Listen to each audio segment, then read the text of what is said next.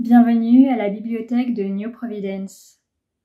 Installez-vous, la bibliothécaire va vous apporter le thé. Profitez de la lecture et laissez-vous bercer par les mots.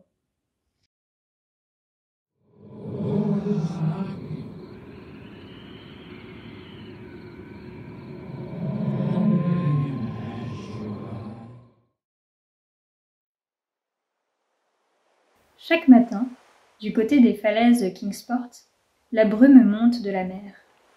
Blanche et dufteuse, elle s'élance des profondeurs vers ses frères les nuages, chargée de rêves de pâturages humides et de cavernes de Léviathan. Plus tard, les nuages sèment des morceaux de rêve en tranquille pluie d'été sur les toits en pente des poètes, pour que les hommes ne vivent pas sans la rumeur d'étranges secrets séculaires et de merveilles que, seules dans la nuit, les planètes racontent aux planètes. Quand les contes volent en rangs serrés dans les grottes des Tritons, et que dans les cités d'algues les conques font retentir les airs sauvages que les très anciens leur ont enseignés, alors de grands pans de brume impatiente et chargés de savoir se rassemblent dans les cieux, et ceux qui, sur les rochers, ont les yeux tournés vers le large, ne voient qu'une blancheur mystique, comme si le bord de la falaise était celui du monde entier, et que les cloches solennelles des bouées tintaient librement dans un éther de féerie. Au nord de l'antique Kingsport, les rochers escarpés, altiers et singuliers s'élèvent par paliers, si haut que celui qui est le plus au nord se retrouve suspendu dans le ciel, tel un nuage effiloché, gris et glacé. Il est seul, ce pic morne et saillant dans l'espace infini, car c'est là que la côte tourne à angle droit, là que le grand Miskatonic se déverse, venu des plaines, derrière Arkham, apportant avec lui des légendes des bois et d'étranges petits souvenirs des collines de la Nouvelle-Angleterre. Les gens de mer de Kingsport lèvent les yeux vers cette falaise comme d'autres lèvent les yeux vers l'étoile polaire. Ils règlent la durée des tours de garde nocturnes selon qu'elle dévoile ou cache la grande ourse, Cassiopée, le dragon. Pour eux, falaise et firmament ne font qu'un. En vérité, ils ne cessent de la voir que lorsque la brume cache les étoiles ou le soleil. Ils aiment bien certaines falaises, comme celle du père Neptune, ainsi nommée à cause de ses contours grotesques, ou celle dont ils appellent les marches semées de paliers la chaussée. Mais cette autre falaise leur fait peur, parce qu'elle est trop près du ciel. Les marins portugais arrivant de voyage font le signe de croix quand ils la voient pour la première fois. Quant aux vieux Yankees, ils croient qu'en l'escaladant, au cas où ce serait possible, ils risquent pire que la mort. Et pourtant, sur cette falaise, est perchée une vieille maison aux fenêtres à petits carreaux où l'on voit briller des lumières, le soir. Cette ancienne maison a toujours été là, et les gens disent qu'il y habite quelqu'un qui parle avec les brumes matinales montant des profondeurs, quelqu'un qui voit peut-être des choses singulières au loin, sur l'océan, dans ces moments où le bord de la falaise devient le bord du monde entier, et où les bouées solennelles tintent librement dans la blancheur éthérée de la féerie. Il parle de tout cela par ouï-dire, car nul n'escalade jamais cet impressionnant rocher sur lequel les gens du pays rechignent à braquer leurs télescopes. Les estivants l'ont bien observé avec leurs petites jumelles, mais ils n'ont jamais rien vu d'autre que cet archaïque toit gris, pointu, couvert de bardeaux où, au crépuscule, la pâle lumière jaune des petites fenêtres filtre de ces avant-toits qui descendent presque jusqu'aux fondations grises. Ces estivants ne croient pas que ce même quelqu'un puisse habiter l'antique maison depuis tous ces siècles. Mais ils sont incapables d'apporter la preuve de leur opinion hérétique aux vrais habitants de Kingsport. Même le terrible vieil homme, qui parle à des pendules de plomb suspendues dans des bouteilles, paie ses provisions avec des doublons d'or espagnols multiséculaires et garde des idoles de pierre dans la cour de son antédiluvienne maison de Water Street, peut seulement affirmer que ces choses existaient déjà du temps où son grand-père était un petit garçon, et qu'il devait en être ainsi des siècles auparavant, quand Belcher, ou Shirley, ou Pownall, ou Bernard étaient gouverneurs de la province de Sa Majesté de la baie de Massachusetts. Puis un été, un philosophe arriva à Kingsport. Il s'appelait Thomas Olney et enseignait des choses sérieuses dans une université près de Narragansett Bay. Il arriva flanqué d'une corpulente épouse et d'enfants turbulents. Dans ses yeux se lisait sa lassitude de voir les mêmes banalités depuis tant et tant d'années, sa fatigue de ressasser les mêmes pensées bien ordonnées. Il contempla les brumes depuis le diadème du père Neptune, et tenta de s'aventurer dans leur blanc monde de mystère en empruntant les marches titanesques de la chaussée. Matin après matin, il s'allongeait sur les falaises et contemplait, derrière le bord du monde, l'éther mystérieux qui s'étendait au-delà, écoutant les cloches spectrales et des cris sauvages qui, peut-être, étaient des cris de mouettes. Puis, quand la brume se levait et que la mer apparaissait banalement avec ses fumées de bateaux à vapeur, il poussait un soupir et redescendait en ville. Là, il aimait se promener dans les vieilles ruelles étroites qui montent et descendent de la colline, en observant les pignons dangereusement branlants et les portes aux curieuses colonnes qui avaient abrité tant de générations de vigoureux marins. Il parla même avec le terrible vieil homme, qui ne portait pas les étrangers dans son cœur, et fut invité dans sa maison redoutablement antique, où les plafonds bas et les boiseries vermoulues entendaient les échos d'inquiétants soliloques aux petites heures de la nuit. Bien sûr, il était inévitable qu'Aulnay remarquât la vieille maison grise isolée dans le ciel, sur cette sinistre falaise qui se confond avec les brumes et le firmament. Encore et toujours, elle était suspendue au-dessus de Kingsport, dont les ruelles sinueuses bruissaient encore et toujours de chuchotis évoquant ses mystères. Le terrible vieil homme racontait d'une voix asthmatique l'histoire qu'il tenait de son père, qui avait aperçu, une nuit, un éclair s'élancer de cette maison au toit pointu vers les plus hauts nuages du ciel.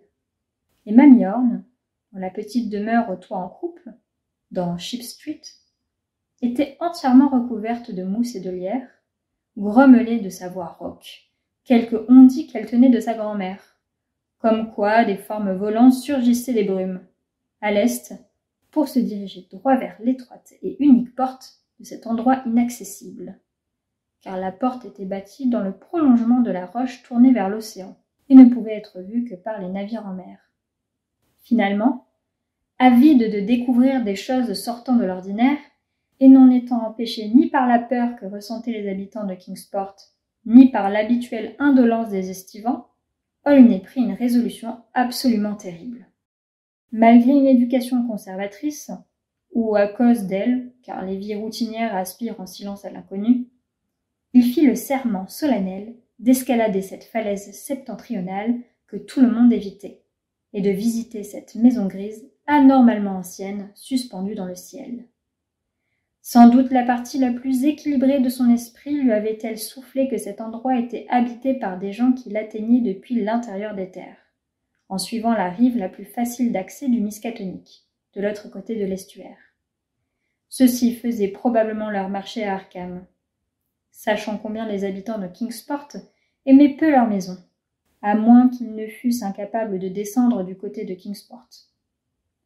Aulnay s'en alla donc sur les premières pentes des falaises, là où le grand rocher se dressait avec insolence pour s'unir aux choses célestes, et constata qu'il était humainement impossible de monter ou de descendre à pied cette pente menaçante par le sud. À l'est et au nord, la falaise s'élevait perpendiculairement à l'eau sur une hauteur de plusieurs milliers de pieds. Il ne restait donc que son versant ouest, regardant vers l'intérieur des terres et Arkham. Tôt, un matin d'août, Aulnay partit à la recherche d'un passage menant à l'inaccessible sommet. Il commença par s'orienter vers le nord-ouest, en empruntant d'agréables chemins vicineux, laissant derrière lui la mare de Hooper et la vieille poudrière de briques. Puis il poursuivit jusqu'au pâturage qui montait à la rencontre de la crête dominant le Miskatonic pour offrir à la vue un magnifique paysage, où les blancs clochers d'Arkham datant de l'époque du roi George s'étendaient sur des lieues à la ronde, parmi les prés et les cours d'eau. Là, il trouva une route ombragée qui menait à Arkham, mais pas la moindre piste conduisant, comme il l'eût souhaité, vers la mer. jusqu'à l'embouchure du fleuve, ce n'était qu'une succession de bois et de prés vides de toute trace de présence humaine. Pas même un mur de pierre ou une vache égarée. Seulement les hautes herbes, les arbres gigantesques et les enchevêtrements de ronces que le premier Indien avait dû voir. À mesure qu'il grimpait lentement vers l'est, en s'élevant de plus en plus au-dessus de l'estuaire, à sa gauche, pour se rapprocher de la mer, sa progression croissait en difficulté.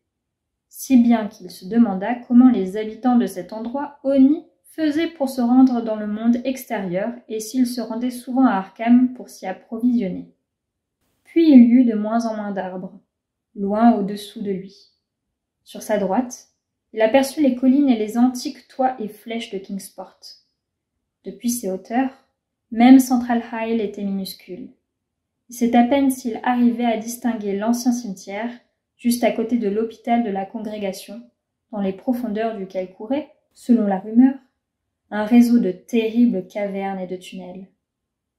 Il avait devant lui une étendue d'herbes clairsemées, parcourue de chétifs buissons de myrtilles, derrière lesquels on ne voyait que la roche nue de la falaise et le toit pointu de la terrifiante maison grise. À présent, la crête s'étrécissait, et Aulnay fut pris de vertige, ainsi seul dans le ciel. Au sud, il voyait le terrifiant précipice qui donnait sur Kingsport. Au nord, la falaise qui tombait à pic sur environ 1 mile, jusqu'à l'embouchure du fleuve. Soudain, une large fissure s'ouvrit devant lui, profonde de 10 pieds, si bien qu'il dut s'y laisser choir après s'y être suspendu par les mains. Il atterrit sur un sol en pente, puis remonta de l'autre côté en passant par un défilé naturel qu'il escalada au péril de sa vie. Voilà donc comment les habitants de cette étrange maison voyageaient entre ciel et terre.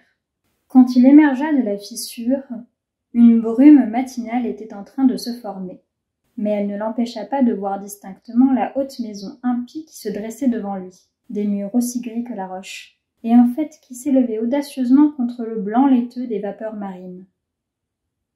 Il s'aperçut que ce côté de la maison, tourné vers la terre, n'avait pas de porte, mais seulement quelques fenêtres à croisillons, des œils de bœuf ternis à petits carreaux plombés à la mode du XVIIe siècle. Autour de lui, tout n'était que nuages et chaos, et en dessous, il ne voyait rien, hormis la blancheur de l'espace infini. Il était seul dans le ciel, avec cette étrange et très troublante maison. Après en avoir fait le tour pour parvenir à l'entrée, il constata que sa façade prolongeait la falaise, si bien que le seul moyen d'atteindre son étroite et unique porte était de passer par les airs. Il éprouva une indéniable terreur que l'altitude seule ne pouvait expliquer, d'autant qu'il ne comprenait pas comment des bardeaux aussi vermoulus ne s'étaient pas effondrés, ni comment une cheminée formée de briques aussi décomposées ne s'était pas écroulée. Comme la brume s'épaississait, Aulnay rampa furtivement jusqu'aux fenêtres des murs nord, ouest et sud, pour vérifier si elles étaient ouvertes. Mais il les trouva toutes verrouillées. Il en conçut un vague soulagement, car plus il avançait dans ses découvertes, moins il avait envie de pénétrer à l'intérieur de cette maison. C'est alors qu'un bruit le fit se figer. Une serrure grinça, un verrou fut tiré, puis il eut un long craquement, le bruit d'une lourde porte qu'on ouvrait lentement et précautionneusement. Cela se passait du côté donnant sur l'océan, côté qu'il ne pouvait voir, où la porte étroite s'ouvrait sur plusieurs milliers de pieds d'espace vide dans le ciel brumeux, au-dessus des vagues. Puis quelqu'un marcha dans la maison, d'un pas lourd et déterminé, et Aulnay entendit qu'on ouvrait les fenêtres, d'abord au nord, à l'opposé de l'endroit où il se trouvait, ensuite à l'ouest, juste sur sa gauche. Ensuite viendrait le tour de celle du sud, sous l'avant-toit qui descendait très bas de son côté. Il convient de dire ici qu'Aulnay, confronté d'un côté à l'inhospitalité de la maison et de l'autre au vide vertigineux des cieux, se sentait particulièrement mal à l'aise. Quand un tâtonnement se rapprocha du châssis le plus proche de lui, il se faufila du côté ouest et s'aplatit contre les fenêtres désormais ouvertes. De toute évidence, le propriétaire était rentré chez lui. Mais il n'y était pas revenu par la terre, ni par aucun ballon ou aéronef qui se pût imaginer. Aulnay entendit de nouveaux bruits de pas et contourna la maison vers le nord. Mais il n'avait pas encore trouvé où s'abriter que, déjà, une voix l'appelait doucement. Il sut alors qu'il n'avait d'autre choix que d'affronter son hôte. Penché par la fenêtre ouest, il voyait un grand visage à barbe noire dont les yeux portaient l'empreinte phosphorescente de vision inouïe. Mais la voix était douce, avec un accent étrangement désuet, si bien qu'Aulnay ne frissonna pas quand une main brune se tendit pour l'aider à franchir le rebord de la fenêtre et à entrer dans une pièce basse de plafond, aux boiseries de chêne noir et au mobilier de style Tudor. L'homme portait des vêtements très anciens et était comme nimbé d'une indéfinissable aura d'expertise maritime et de rêve de galion de haut bord. Aulnay a oublié la plupart des merveilles que cet homme lui a racontées. Il a même oublié qui il était. Mais il prétend que c'était un homme étrange, gentil, et habité par la magie des vides insondables de l'espace et du temps. Une pâle lueur aquatique semblait teinter de vert la petite pièce, et Aulnay vit que les fenêtres les plus éloignées, à l'est, n'étaient pas ouvertes, comme pour se protéger des brumes éthérées. Leurs vitres étaient aussi opaques que des culs de vieilles bouteilles. Cet hôte barbu semblait jeune, et pourtant, dans son regard, se lisaient d'antiques mystères. Et des histoires anciennes et merveilleuses qu'il conta, on peut déduire que les gens du village ont raison de dire qu'il communiait avec les brumes de la mer et les nuages du ciel bien avant qu'il y eût un village et des villageois pour observer sa retraite solitaire. La journée avançait, et pendant ce temps, Aulnay se laissait enivrer par des rumeurs issues de temps anciens et de contrées lointaines, contant la bataille des rois de l'Atlantide contre les visqueuses horreurs serpentines surgies des fosses océaniques, et l'histoire du temple de Poséidon, dont les navires en détresse peuvent encore apercevoir les piliers couverts d'algues, annonçant leur perdition.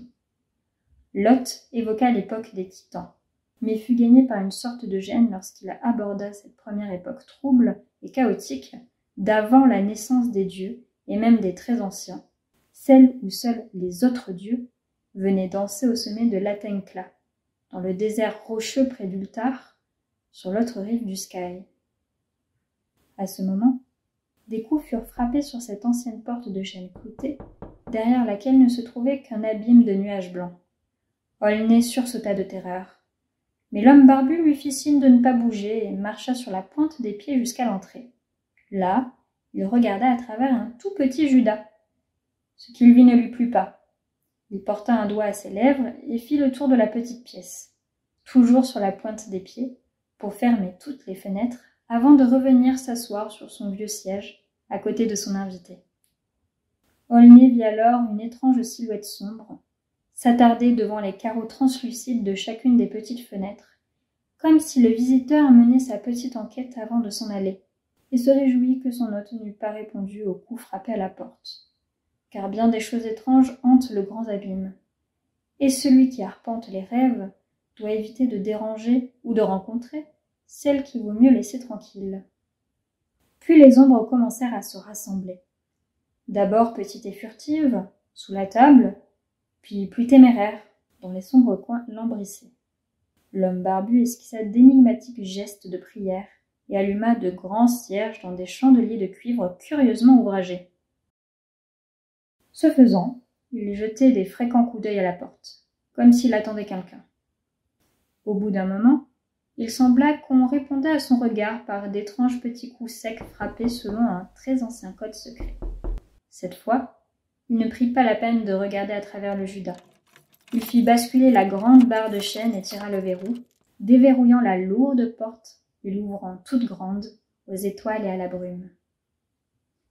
Alors, au son d'obscures harmonies, tous les rêves et tous les souvenirs des très puissants disparus de la terre surgirent des profondeurs pour venir flotter à l'intérieur de cette pièce.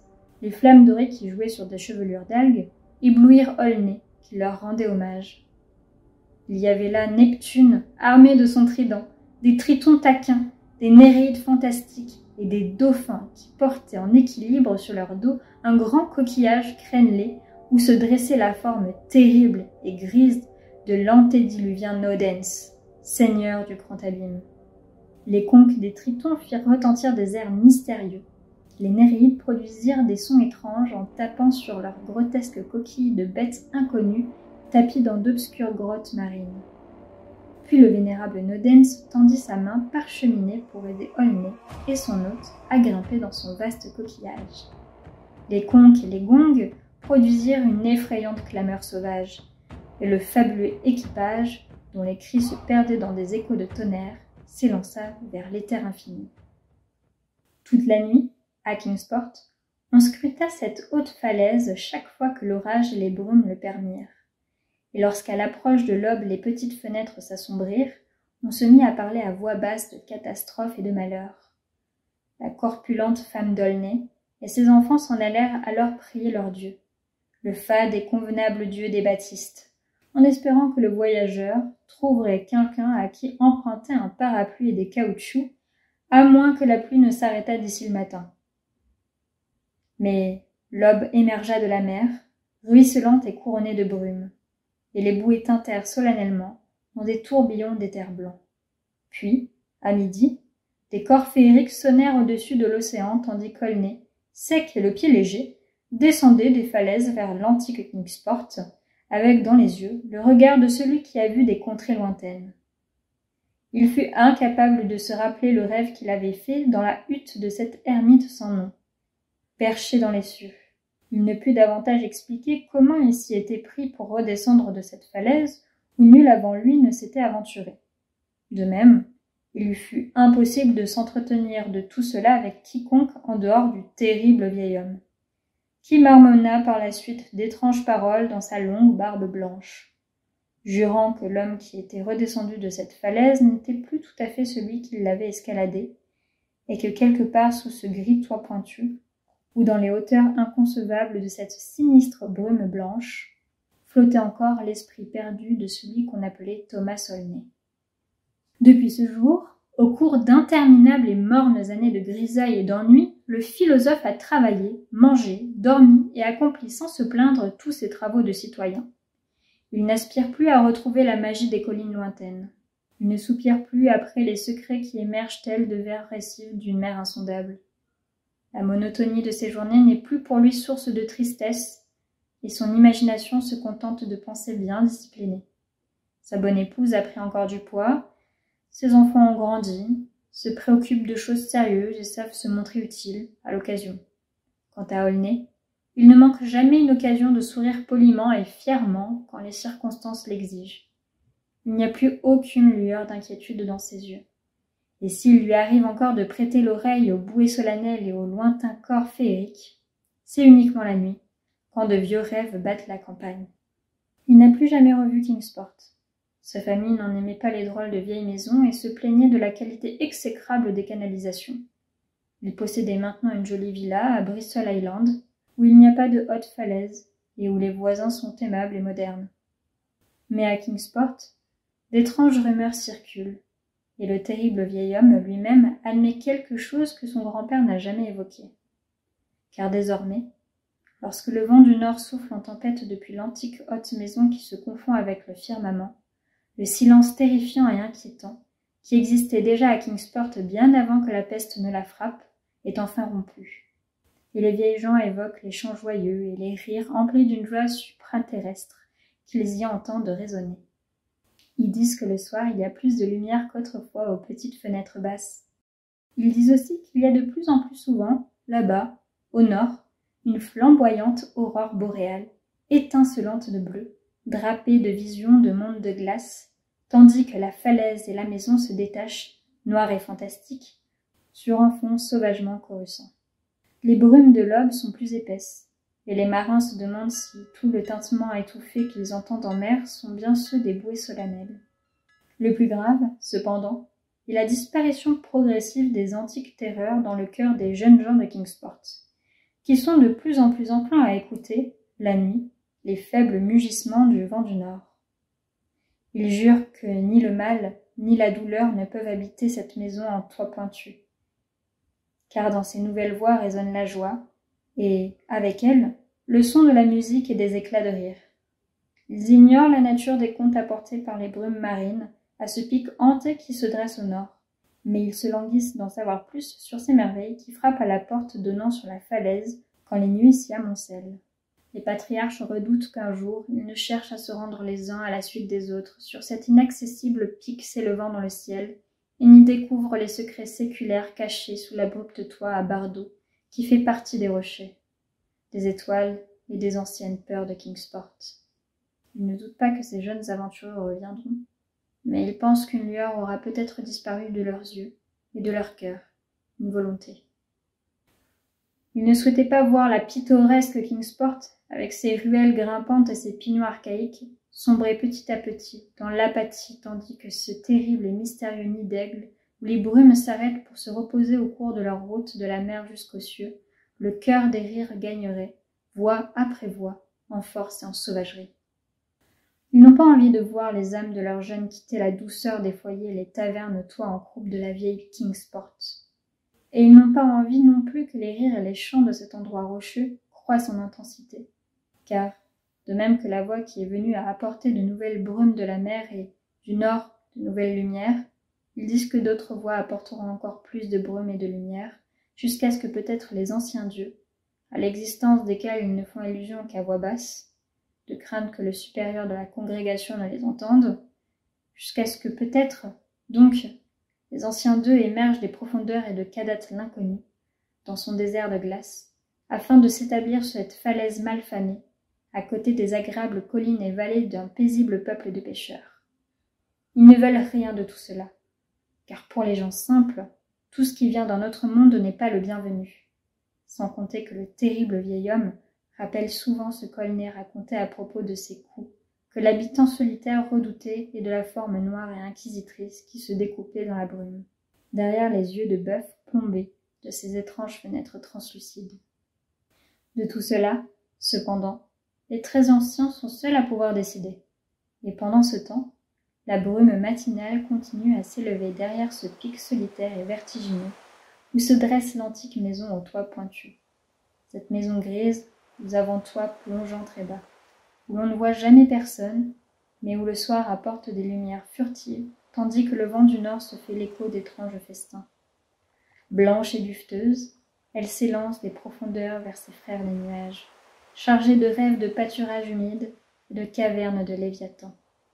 Et quand les contes volent en rangs serrés dans les grottes des Tritons, et que dans les cités d'algues les conques font retentir les airs sauvages que les très anciens leur ont enseignés, alors de grands pans de brume impatiente et chargés de savoir se rassemblent dans les cieux. Et Kingsport, inconfortablement niché au pied des falaises, au-dessus de cette effrayante sentinelle de roches suspendue dans les cieux, ne voit sur l'océan qu'une blancheur mystique, comme si le bord de la falaise était celui du monde entier et que les cloches solennelles des bouées tintaient librement dans un éther de féerie.